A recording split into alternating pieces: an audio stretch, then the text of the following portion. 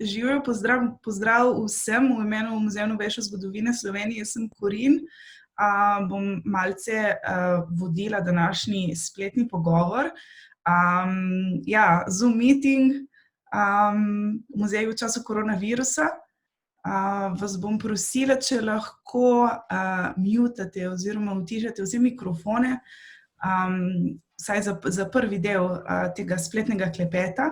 V naslednji pol uri bomo poslušali Kajo Širok, ki nam bo orisala, bom rekla, stanje muzejev trenutno v Evropi, kasneje pa bo dr. Berberih Slana povedala malo več o anketi, ki jo je Skupnost muzejev Slovenije začela v tem času. V bistvu začenjamo eno serijo podcastov, videokonferenc, s katerimi želimo ustvariti platformo za izmenjavo znanj, dobrih praks, informacij v skupnosti, v muzealski skupnosti v Sloveniji in pol še v Evropi. Tako da bomo tudi nekatere pogovore snemali v angleščini v sklopu projekta Identity on the Line, ki ga Muzej novejše zgodovine dela z še ostalimi partnerji v Evropi, tako da ste lepo vabljeni v naslednjih tednih, da se nam pridružite.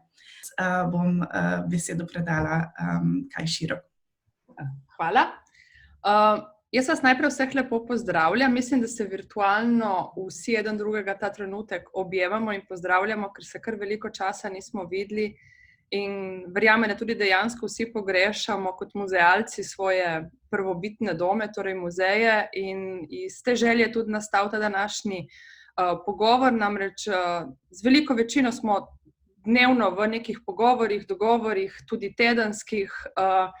Z Aleksandro smo si nekako zaželeli, da bi bilo fajn, en mesec je mimo, stopamo že v drugega, da se malo pogovorimo, da malo vidimo, kje smo in na kakšen način lahko skupaj kot skupnost, ker mi smo skupnost, družijo nas iste ljubezni do muzeja, do dediščine, kako bi lahko skupaj priskočili in dejansko postavili temelje našega dela v prihodnosti. O tem tudi več kasneje.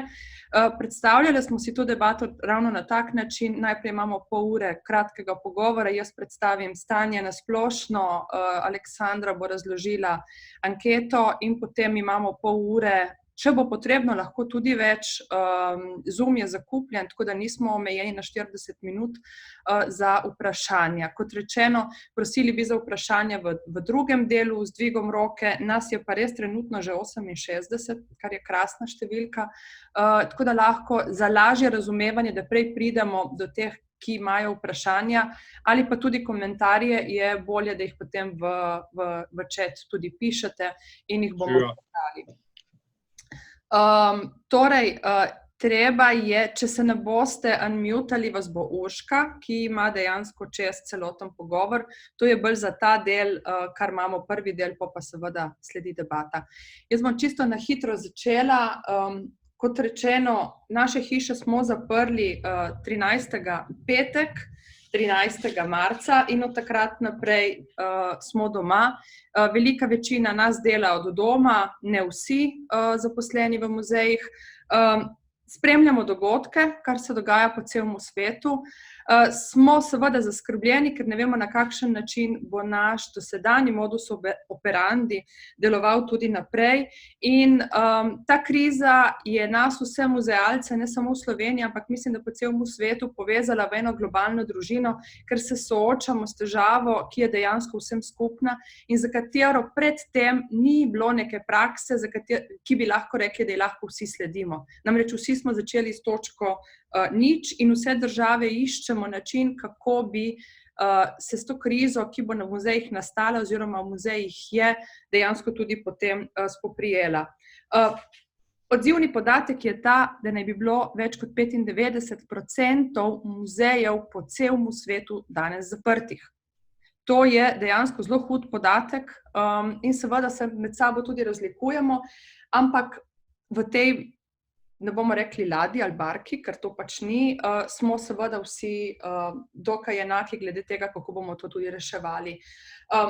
Rekla bi to, kar spremljamo delovanje slovenskih muzejev. Mi smo seveda zaprli svoja glavna vrata, ampak nikakor se nismo niti za sekundo oddaljili od tega, kar je naše glavno poslanstvo. In vrata so fizično zaprta, ampak mi delujemo in delamo s polno paro naprej. Mislim, da ni enega muzeja, ki ta trenutek ni splošno aktiven na spletu, ki ne ponuja novih aktivnosti na spletu in ki se ni aktivno, kljub temu, da od doma, dejansko začel ukvarjati s svojim poslanstvom. Večkrat je bilo že rečeno, danes tudi še enkrat poudarjeno, kultura, predvsem tudi muzej, niso bili še nikoli državljanom tako dostopni. Zelo hitro smo začeli vsi spletne strani popravljati, brezplačno ponujamo državljanom znanje in predvsem cilj je neformalno izobraževanje in vedenje o kulturni dediščini. Naše strani so namesto naših fizičnih hiš postale okno v svet in ne vem, koliko ste sledili tudi v novicah, nam so se večini oziroma vsem muzejem tudi spletna vidljivost in na socialnih omrežjih, mislim, da več kot 200-odstotno, tudi več kot 200-odstotno povečala prisotnost. Torej, mi smo pomembno in smo družbeno aktivni in kljub izolaciji državljani posegajo po naših kulturnih dobrinah in predvsem mislim, da se je izkazalo, da smo ravno v sodelovanju s šolskim sistemom in s tem, kar šole lahko ponujajo, dobili tudi nove teme in vsebine, ki jih nadgrajujemo in se skušamo čim bolj aktivno tudi vključevati v šolske programe, tako v okviru e-kulturnih dnevov do online muzejskih postavitev. Kot rečeno, je ta situacija nova. Ne moramo dobiti enega muzeja po svetu ali pa ene spletne strani, ki bi rekli, wow, to so pa naredili nekaj super. To je bila neka praksa od mesecev nazaj, ker smo se v tem vsi našli na novo in dejansko vsi iščemo načine, kako bi v lokalni skupnosti in tudi širše dejansko bili državljanom in globalno celemu svetu tudi na voljo. Ne vemo, predvsem to je glavno vprašanje, kako bomo lahko delovali v naslednjih mesecih in ni enotnega merila, kako bomo lahko sprejemali obiskovalce, ker smo med sabo popolnoma različni, že samo glede tlorisa naših prostorov in dejansko dostopnosti do naših hiš. Ne vemo tudi, kako bomo lahko zaposlene, ki bojo nekega dne, ko se bomo začeli vračati, prihajali v službo. Ne vemo recimo nasplošno, kako se bomo lahko pred virusom na novo tudi obvarovali in istočasno na celi ravni delali programe oziroma vsebine, ki bi bile enake tistim, ki so bile prej. Večkrat slišimo in nam poudarjajo, da se bo svet spremenil. Jaz sem tukaj malo bolj pozitivna in ne želim, da bi se moj svet več ali manj spremenil, tudi naše delo v muzejih, ampak jasno je, da ravno v odnosu do našega vsakodnevnega dela obstajajo že zdaj indici, da se bo svet muzealstva spremenil. Če gremo najbolj ekstremno gledati, primere, kot je Metropolitan muzeum ali pa Louvre. Metropolitan je en mesec nazaj rekel, da bo imel 100-milijonsko škodo. Včeraj je številko popravil in je povedal, da trenutno ocenjujejo, da bo škoda 150-milijonska in tudi napovedali so, da bojo več kot cirka trenutno 81 zaposlenih odpustili. V Louvru, ki je prej sprejemal tudi po 10 milijonov, torej 5000 ljudi na dan, si verjetno glede na sedanje stanje, kako bomo lahko obiskovalce sprejemali v muzejih, ne morejo več predstavljati tega, da bojo ljudje eden zraven drugega stisnjeni. Ne. Seveda to niso primeri naših hiš, ne. Želimo si, da bi imeli take velike navale, ampak realno gledano se bomo mi soočali s popolnoma drugimi problemi. In čeprav govorimo o večmilijonskih številkah izgub teh mastodonskih muzejev, imamo na drugi strani poročila kolegov iz tako zvanih držav tretjega sveta, ampak jih ne bi rada tako imenovala, sem drugega imena boljšega nisem dobila, kjer opozarjajo na popolnoma drugačne probleme, ki niso manjši, so pa drugačni. S tem, ko so se na primer muzeji zaprli, Afriki, v Aziji je in s tem, da ko ni internetne dostopnosti, velika večina ne pride več do podatkov stanja in tudi ne pride več do muzejev. Tam, kjer so muzeji zaprti in kjer vlada prepoved kroženja in dostopanja, je največja težava, s katero se soočajo, ravno ta, da ne vejo, v kakšnem stanju so muzeji in kakšen bo dejansko problem z ilegalno oziroma črno trgovino. Na to je v Evropi opozoril tudi italijanski ICOM, ki je že pred 3 tedni državo pozval, da tiste muzeje, ki nimajo denarja, pomaga varovati muzeje in muzejske parke. Namreč v teh primerih je največji strah ta, da bo prišlo do množičnih ali manjših odtujitev dediščine iz samih lokacij, da to ni samo fikcija. Ne vem, kako ste sledili, marca so iz enega manjšega muzeja v Amsterdamu že odtujili Van Gogovo sliko. Velika večina muzejev ne ve, v kakšnem stanju bo dediščina, ko pridejo, čeprav jo monitorirajo, tudi Interpol je aktivno pristopil zraven, ampak seveda to vprašanje ostaja odprto. Ni pa to edina težava. Slišali ste verjetno, da je kar nekaj galerij in muzejev po svetu, v Sloveniji, mislim, da je lahko ta težava, ampak ne med državnimi oziroma muzeji, ki so vpisani v razvid, da jim grozi zaprtje galerij in muzejev. Po eni strani se torej soočamo z zelo veliko negotovostjo glede prihodnosti, na kakšen način bomo lahko delovali, bili aktivni in bili fleksibilni. V našem primeru se mi zdi zelo pomembno povedati, da smo v dnevni aktivnosti in sodelujemo z obiskovalci. Seveda, kot rečeno, način je drugačen, ampak mislim, da je velika večina v dnevnih stikih z uporabniki. Za naš muzej lahko rečem, da se še vedno uporabniki obračajo za fotografije, karkoli lahko tudi pomagamo, in mislim, da je to v veliki večini muzejev poskušamo delovati na enak način. Kot rečeno, preselili smo se na splet in na spletu tudi delujemo. Največja težava, s katero se v tej aktivnem delu preselitve aktivnosti na splet soočamo, je pa seveda to, da nimamo dovolj dobrih tehničnih podpor in da bi dejansko potrebovali v tej smeri tudi veliko več pomoči strani strokovnjakov, ki se s temi zadevami tudi ukvarjajo. Če bi v prvi fazi končala, bi končala s tem, kar je Suaja Ksoj, predsednica ICOM-a, tudi pred časom na spletni strani ICOM-a povedala, da tudi v kriznih časih želijo muzeji ostati aktivni in soustvarjalci v družbi, in to poslanstvo, ki ga imamo, udejanjamo tudi danes in bomo tudi po pandemiji. Ta kriza zahteva temeljite spremembe in svoje delo bomo prilagodili in poslanstvo tudi nadaljevali z neprecenljivo podporo vseh članov. Predvsem, da bomo delali za dobro in za blaginjo v globalno širokem mediju. Gre za solidarnost, gre za predanost in gre za strokovnost vsakega izmed nas in gre za kolektivno moč.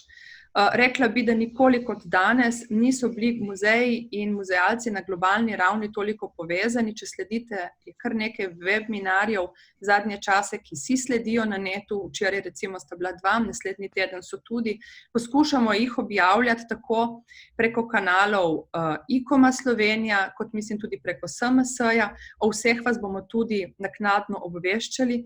Torej, mi ostajamo vidni, in želimo si, da bo ta vidnost in aktualizacija našega dela lahko bila trajnostna. Bojimo se, da se bomo soočali še s hujšimi težavami, kot so se vzpostavile po krizi leta 2011, vendar mislim, da kot skupnost, ki lahko stopi skupaj in je lahko solidarna, smo sposobni dobiti rešitev, ki bi lahko trajnostno vplivali na to, da se naša kvaliteta dela tudi ne bi zmanjševala. Imam v nadaljevanju tudi nekaj možnosti, kako so se različne države po Evropi te krize lotile, ampak mislim, da bi bilo v tej fazi fajn, da malo več zvemo, kakšna je trenutna situacija. Teden po zaprtju muzejev v Evropi je Nemo začel svojo prvo akcijo, svojo prvo anketo, in Aleksandra Berberich-Slana je tudi v upravnem odboru Nema in vam lahko tudi kaj več o tej anketi oziroma izsledkih ankete, ki še vedno delno traja, tudi pove. Druga stvar, ki je pa toliko bolj pomembna, je ta, da je skupnost muzejev zelo hitro prepoznala, da je potrebno aktivno na terenu videti, v kakšni kondiciji smo slovenski muzeji, in je tudi sama izvedla anketo, in zdi se mi, da ta anketa je tako pomembna, da je potrebno, da jo tudi skupaj predebatiramo, da ni samo papir, ampak da je dejansko tudi aktivnost, ki jo lahko skupaj udejanimo. Tako da hvala skupnosti muzejev in Aleksandra, jaz ti prepuščam besedo. Hvala lepa.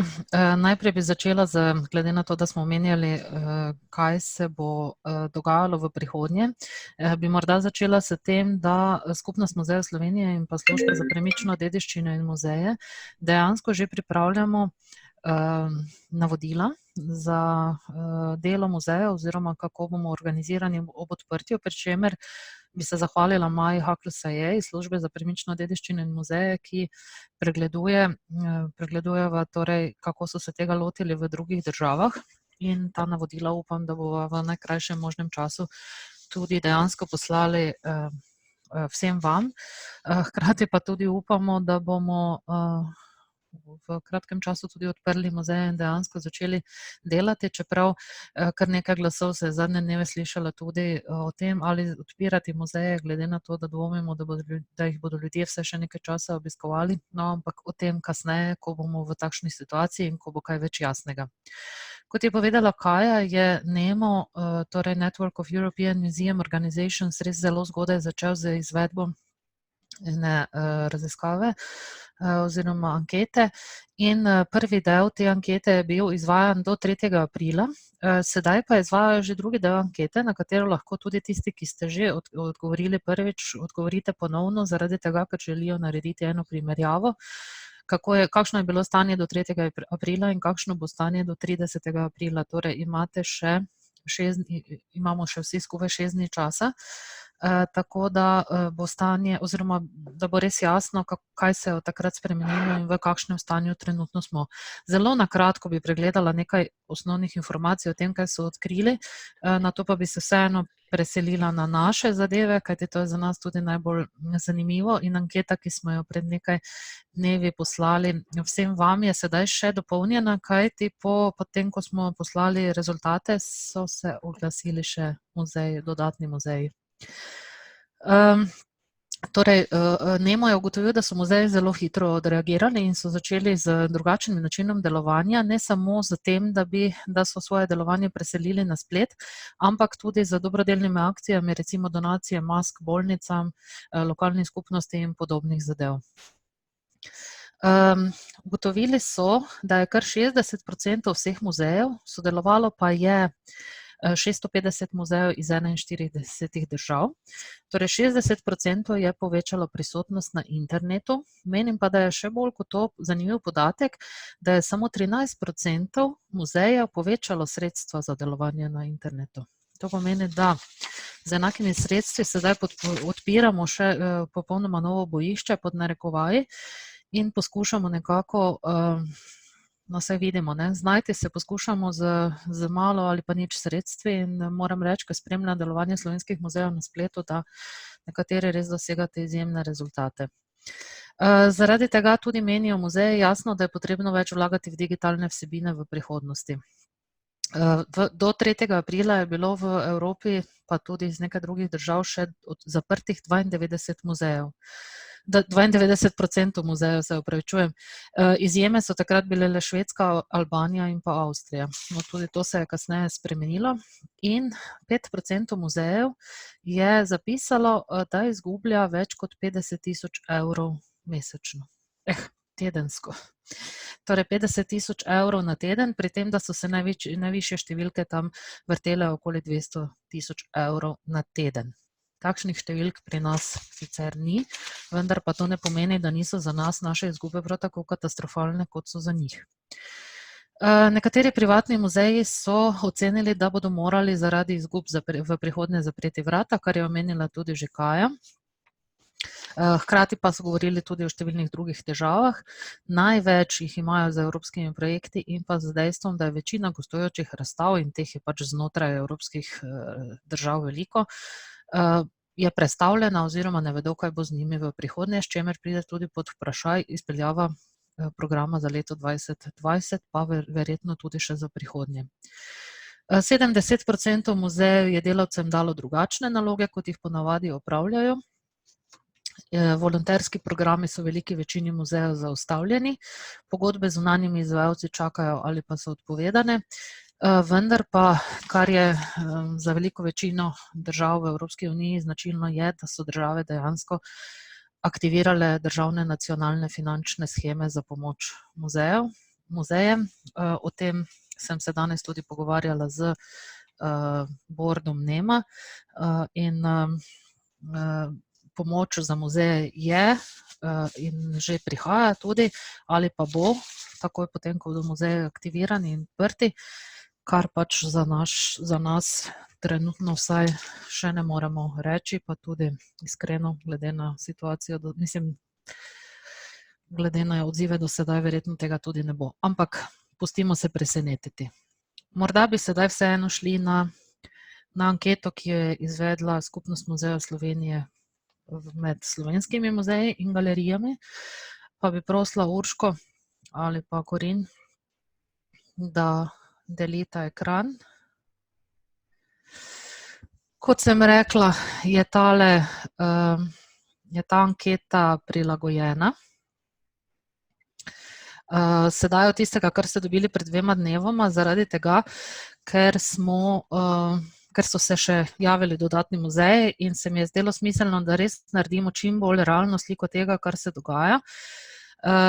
Sedaj je sodelovalo 48 muzejev, pridružila se je še ena nacionalka, ki je temeljito spremenila sliko, pa še v glavnem 2 muzeja sta se še pridružila. Torej 48 muzejev in galerij z različnim številom zaposlenih. In anketa je pokazala, da delo trenutno na domu opravlja, če lahko gremo samo malo gor, ker mi ne dovoli dostopa do mojega, da trenutno delo na domu opravlja kar 423,5 delavcev, to je pač nekateri deloma na domu, deloma v službi, od tega v enem muzeju največ 55. Na čakanju na delo na domu je trenutno 148 delavcev, od tega v enem muzeju največ 16. Muzeju pa delo opravlja še 134,5 delavcev, v enem muzeju največ 14, kar pomeni seveda za vse, ki smo v tej situaciji, predvsem pa za direktorje pa strokovne delavce, da je naše delo odvisno od kvalitete opreme, ki smo imeli že prej, ker v tem trenutku ne samo, da verjetno nimamo sredstva, ampak je tudi težko nabavljati. Če ste opazili, nekatere računalniške opreme se sploh več ne da dobiti na trgu. Zgleda, da je cela Slovenija nakupovala opremo za šole in podobno. In pa, da je zelo težko tako delo tudi organizirati in ob vsem tem smo morali še pisati odločbe, spremljati zakonodaje, razpravljati o tem, kateri zakon za kdaj velja in še kaj. Tako da vsi vemo, ki smo se s tem srečevali v zadnjih tednih, da je bila res nekaj časa, oziroma še vedno je pravzaprav zmeda na nekaterih področjih. V velikih težavah smo se muzeji in galerije znašli zaradi izpada dohodkov, in sicer je pokazala anketa sedaj, da 48 muzejev, kolikor nas je sodelovalo, imamo izgube skoraj 500 000 evrov. Do sedaj, torej do 20. nekje približno, ko smo končali anketo.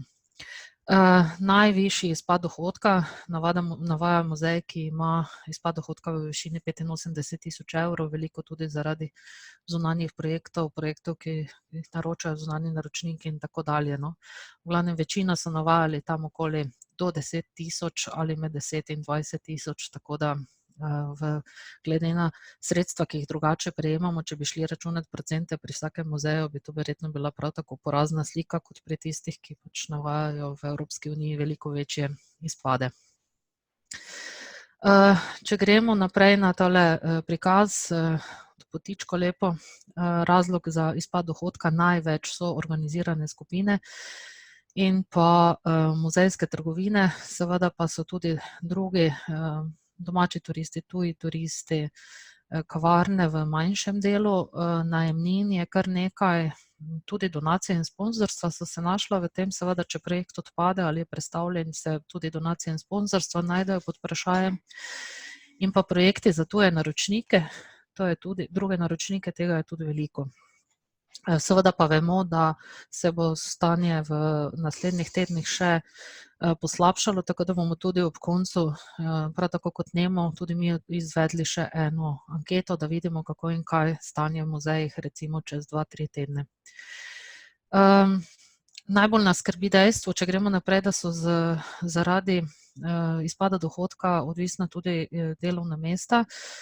In sicer so rezultati ankete pokazali, da je v celoti ali delno ogroženih 40 delovnih mest v 19 muzejih. Gre ali za deloma financiranje iz lastnih sredstev, v nekaterih primerih pa celo za popolno financiranje delovnega mesta iz lastnih sredstev.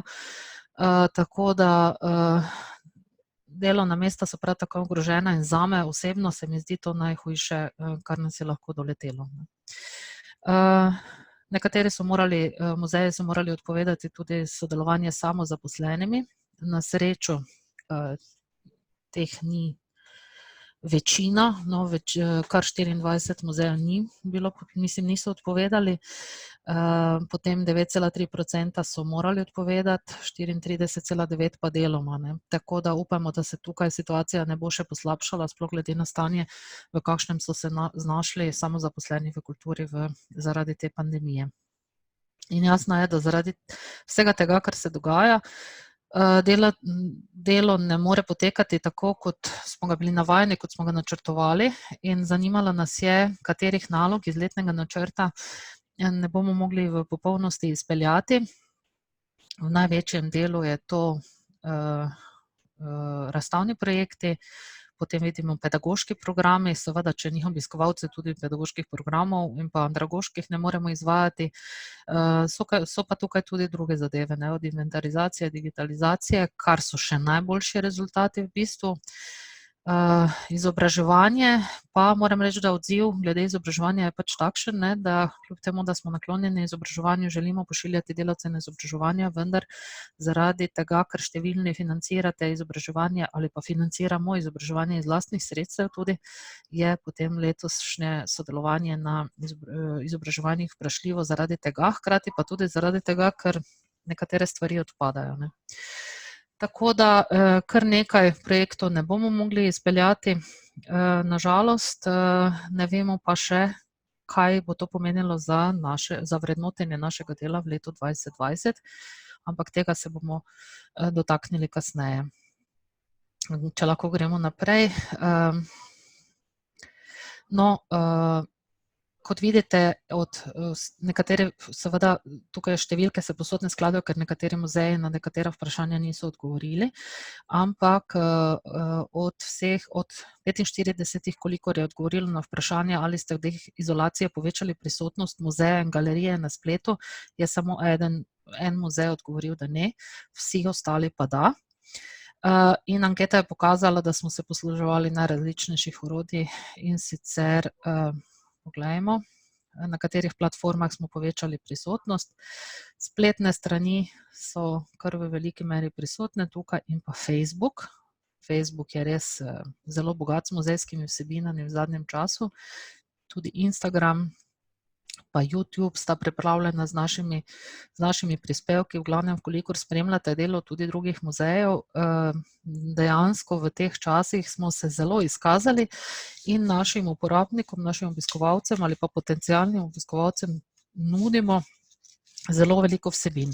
In tukaj bi jaz tudi pozvala vse muzeje, glede na situacijo in glede na to, da se skupnosti muzejev Slovenije smo se odločili, da poletne muzejske noči ne bomo prestavljali, da jo bomo držali na isti dan, torej 20. junija, da vse, kar ste pripravili do sedaj, izkoristite in pa to znanje, ki ste ga pridobili sedaj, izkoristite za to, da bomo tudi poletno muzejsko noč, kolikor bo situacija še vedno enaka, pa upajmo, da ne bo, oziroma kolikor bomo še vedno imeli določene omejitve, pač organiziramo poletno muzejsko noč tako, kot smo do sedaj organizirali delo muzeja, oziroma da smo čim bolj inovativni pri tem. Seveda pa bomo, v glavnem, glede tega se vam bomo tako še oglasili in poskušali organizirati čim bolj uspešno poletno muzejsko noč, glede na situacije, v katerih delujemo. Videli smo, s kakšnimi težavami se srečujemo v zadnjih dnevih. Največ vas je kasneje navedlo tudi, da vas najbolj teži dejstvo, da nimamo informacij in ustreznih usmeritev. To je dejansko težava, tavamo v temi, zato me veseli, da so se v zadnjih tednih muzeji med seboj zelo povezali, da se slišimo, da si svetujemo, da si pomagamo in se podpiramo in naj tako ostane tudi naprej. Se pa vsem zahvaljujem, ki ste ponudili rešitve za težave, s katerimi se srečujemo, in vse to, kar ste sedaj videli, smo tudi že posredovali na Ministrstvo za kulturo. In jaz vedno podpiram to, da ne samo, da se pritožujemo ali pa da se kdorkoli pač, da kolegi, da se pritožujejo, ampak da dejansko predlagajo tudi rešitve in tako smo jih predlagali tudi mi, kajti prav mi, ki se s težavami srečujemo, ki se srečujemo z izzivi, najbolje vemo, kako bi lahko te izzive in težave rešili. Najprej ste predlagali, da bi morala država muzejem zagotoviti finančno pomoč, tako kot je to tudi v veliki večini evropskih držav. Kajti ta izpad lastnih prihodkov pomeni velike težave pri nakupu računalniške opreme, pri vzdrževanju, deloma osebnih dohodkih, sofinanciranju projektov, evropskih projektov in tako dalje. Zagotoviti je potrebno ohranitev vseh delovnih mest, da jih ne bi tako izgubljali, kot smo jih že pred 10 letjem, 12 let nazaj.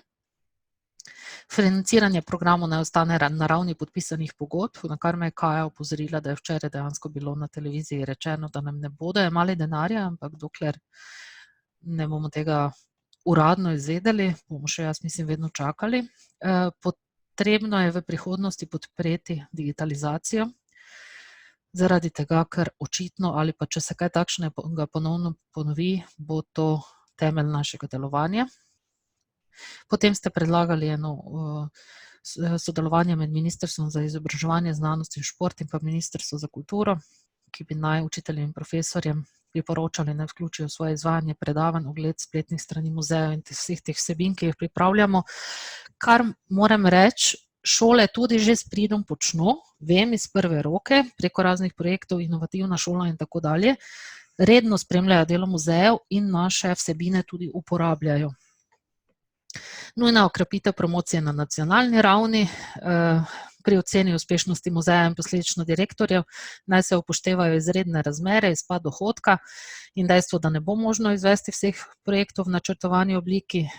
Potem ste predlagali tudi nujno fleksibilnost pri prerazporejanju sredstev, stroškov dela, pa programskih stroškov, splošnih stroškov glede na potrebe. Potrebujemo jasna navodila glede načina dela z obiskovalci, ko bo muzej ponovno odprt. Kot sem rekla, z Majo Hakl se je to že pripravljala in bo, jaz upam, kmalu tudi vam posredovano.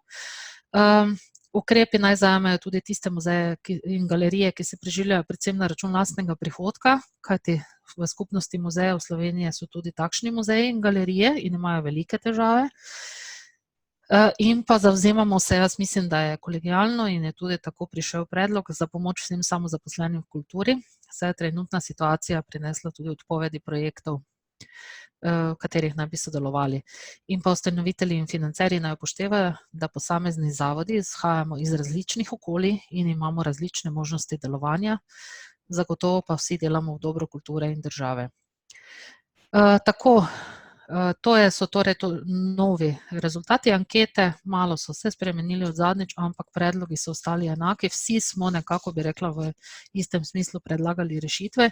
Zadeva je bila posredovana na Ministrstvo za kulturo in na skupnost občin in upamo, da bomo kmalu prejeli tudi kakšen odziv. V tem času pa delamo naprej, pridno, kot smo do sedaj. Hvala. Aleksandra, najlepša hvala tudi Kaji. Jaz bi zdaj odprla razpravo, če ima kdo kakšno vprašanje, kar pogumno. Medtem pa bi vprašala še Kajo, morda če ima kakšno vprašanje za Aleksandro. Jaz bi se v bistvu skupnosti še enkrat zahvalila, zato ker to so kar pomembni koraki, na katerih lahko vsi gradimo pač prihodnjo strategijo naših muzejev in me zanima, kateri podatek je na primer tebe najbolj presenetil oziroma streznil. Ja, zagotovo, ne, ker se nažalost vse začne in konča pri denarju. Se mi zdi tale izguba in tudi vsi ostali podatki so vezani na to, je ta izguba, koliko denarja dejansko smo muzeje in galerije izgubili v, ne glede na vse, zelo kratkem času. Ne. Tako da to mi je bilo najbolj, pa seveda, kaj potem to pomeni vse za muzeje in pa morda tudi glede na to, da Skupnost muzejev Slovenije, kot sem rekla, povezuje različne muzeje, tudi privatne, ne, dejstvo, da nekateri nimajo za plače, ne, ker mi vseeno še za plače dobimo, pa zaradi tega nam ni sicer nič lažje, vsi si že želimo, da bi se vrnili v muzeje in delali naprej, ampak nekateri muzeji so pa odvisni izključno ali pa v veliki večini od lastnih prihodkov in so zdaj ogrožena številna delovna mesta. Mislim, tudi sama izražam isto skrb, pogovarjala sem se kar z neki direktorji, tudi zavodov, ki so na trgu in dejansko so odvisni od denarja. In recimo, en direktor je lepo povedal, zdi se mi zelo pomenljivo, ne, da nenazadnje smo muzeji v svojih kvadraturah zelo veliki oziroma podobni trgovinam in da glede na to, da se v trgovine ljudi sprejema in da se v trgovinah tudi dotika potrošnih materialov, medtem ko v muzeju je tega zelo manj, razen če so pač razstave prilagojene na predmete, ki se jih dotikamo, da v resnici ne vidi velikih težav v tem, da bi se muzeji začeli nazaj odpirati. Ne. Moram povedati, da sama tudi kar delim mnenje, da bi bilo ob primernih omejitvah in ukrepih, ki bi jih dejansko nam posredovali, bilo mogoče začeti muzeje odpirati, ne za velike skupine oziroma ne za najavljene skupine, ne vodstva, temveč za individualne oglede pod pogoji, ki bi dejansko bili seveda določeni že vnaprej. Glede na debate, ki jih pa imamo zadnji teden, se mi zdi, da se v temu kar malo ločimo. Nekateri bi radi muzeje odpirali, nekateri bi radi še malo počakali in dobili veliko bolj ustrezne smernice. Mislim, da je težava tudi v tem, da se zavedamo vsak po svoje, v kakšnih hišah delamo in kako so te hiše strukturirane in da dejansko te pomisleki in vprašanja izhajajo ravno iz narave naših okolij, v katerem delujemo.